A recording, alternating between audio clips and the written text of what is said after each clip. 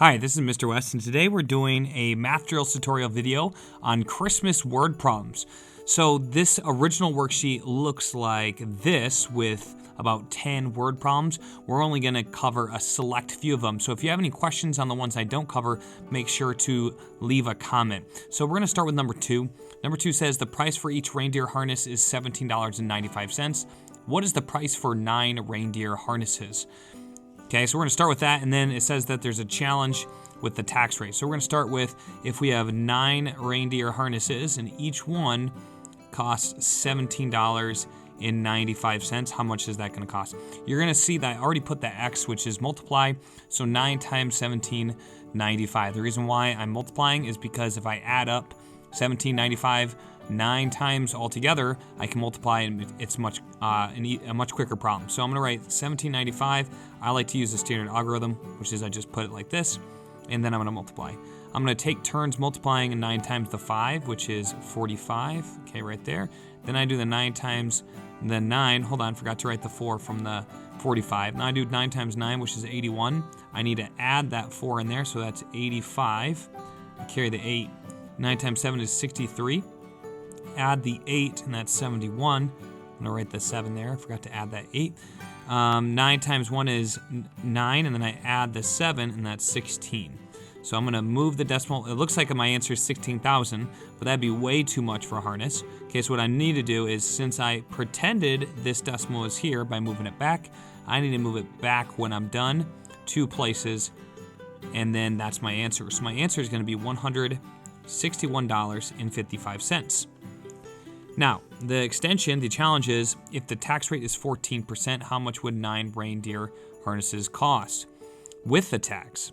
So what I can do here is I can do 161.55, and I can multiply this by 14%. But here's the thing, I can't just multiply this by 14%.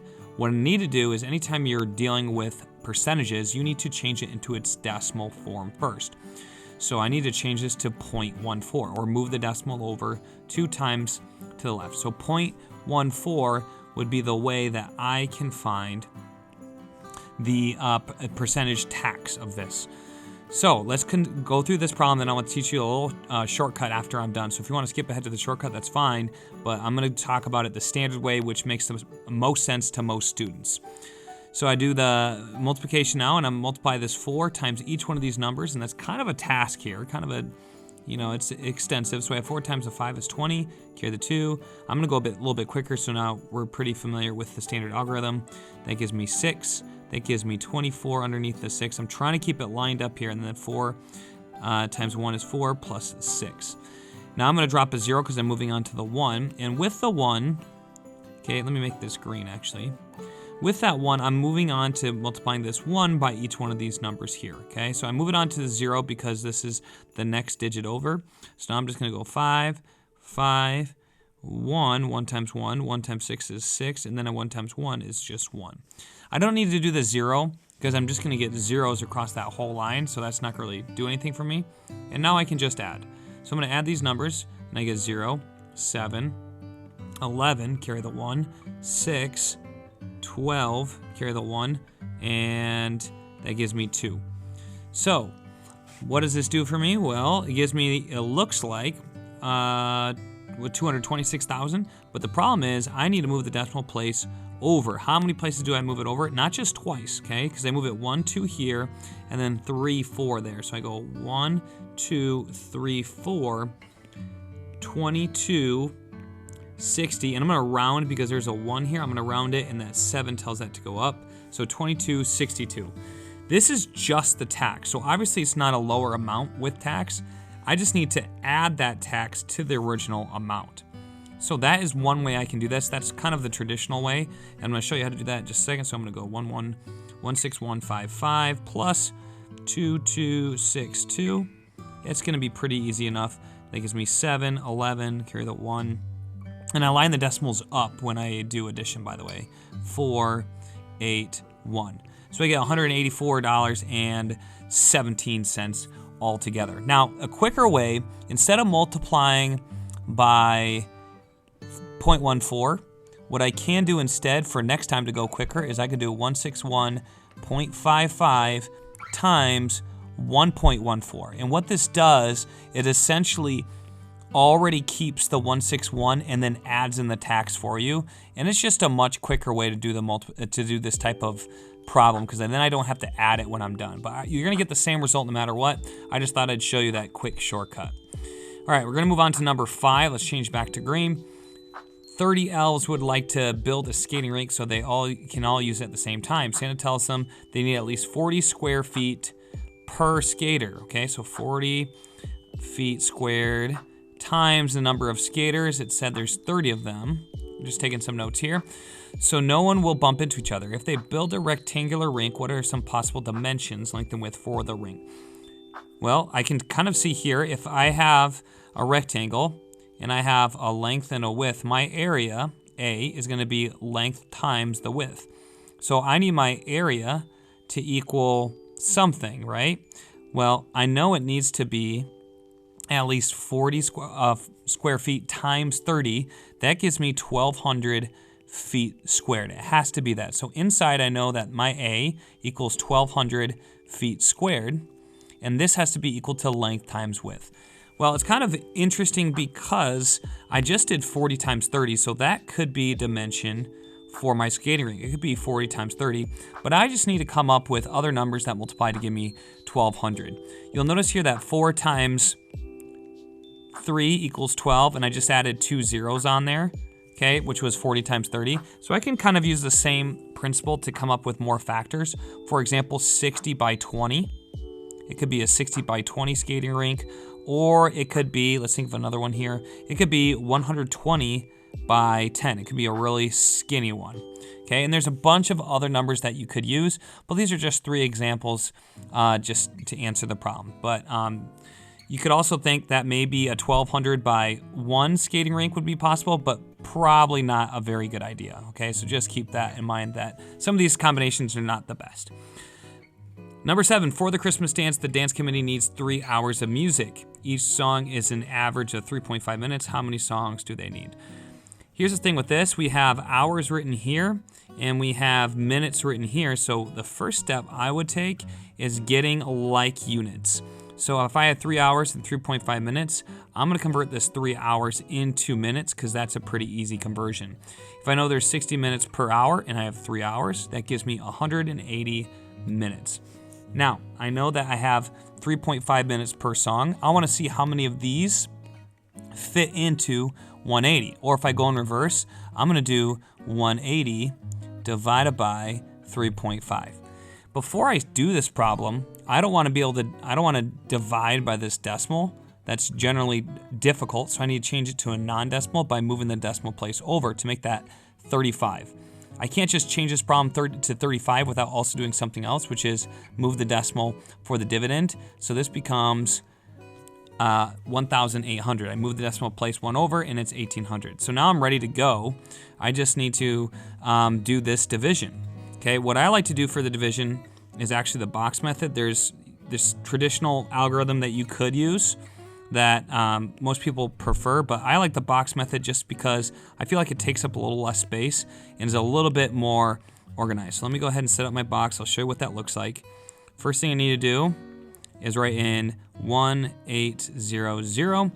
I write 35 on the outside like that, and it's same process as you would be just like this. Okay, so let's see here.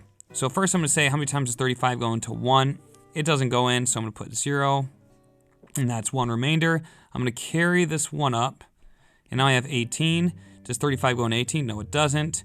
That's 0. Okay, 35 times 0, this number right here at the top,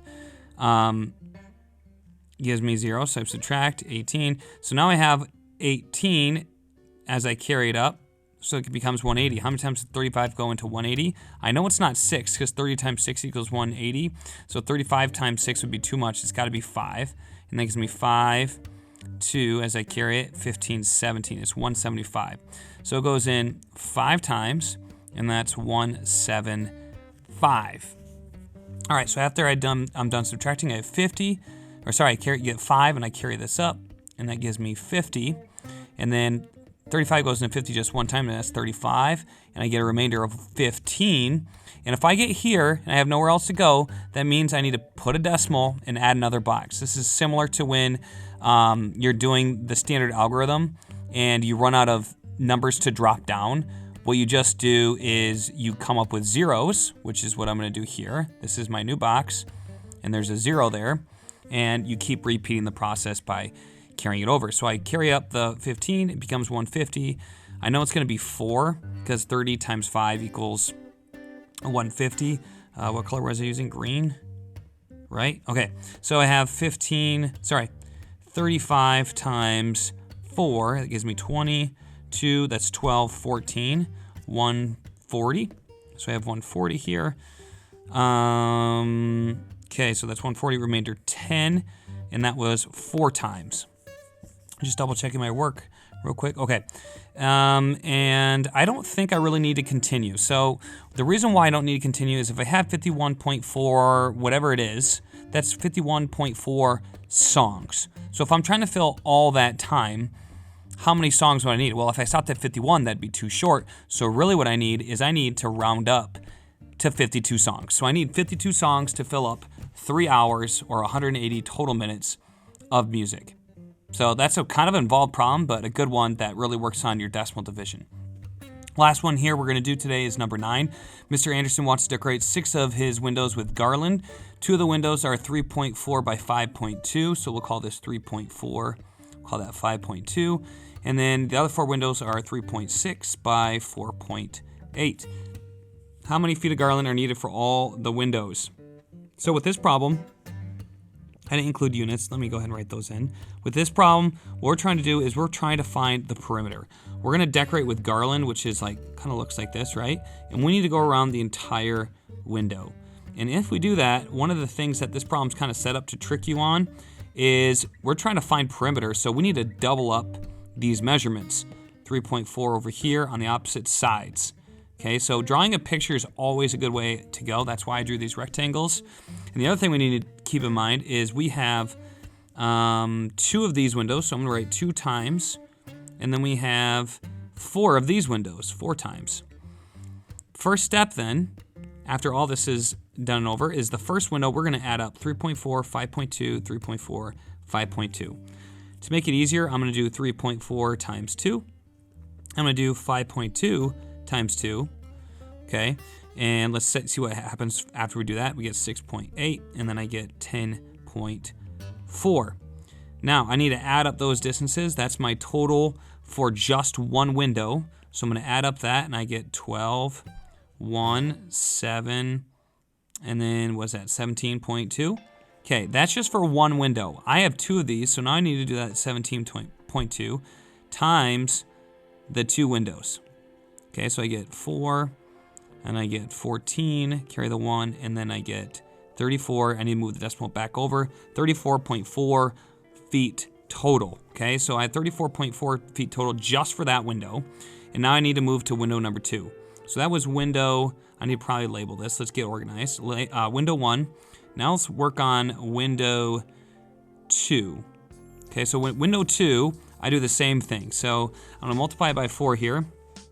And technically what you could do, you could multiply this by 8 and then this one by 8 and then add those 2 together, just kind of skip a step, but I'm just going to stick with multiplying it by 2 first, just because I think it's easier to understand that way. So I have 3.6 times 2, that gives me 2, carry the 1, and that's 7. So 3 times 2 is 6, plus 1 is 7, move the decimal place over. And then I have 4.8 times 2, and that gives me 6, 1, 8, 9, 9.6. So I need to add 9.6 plus 7.2, and I get 8, and I get 16, 16.8, and I need to multiply this by 4, because there's 4 of those windows. That's the perimeter, okay? So of all 4, I get 2, carry the 3, that gives me 24, 27, carry the 2, and then 67.2. So window number 2 is 67.2 total. That's the window number 2 style, okay, where there's more than just 2 windows. And then I just add these 2 together when I'm done, and that's gonna be my complete problem. So 34.4, Add those together, I get 6. That's 11. That's 10. And that's 101.6 total feet of garland. So actually a pretty relevant problem. I'm sure people actually do this with their Christmas lights. And that's why I really like this worksheet actually. I know it's Christmas themed, but it has a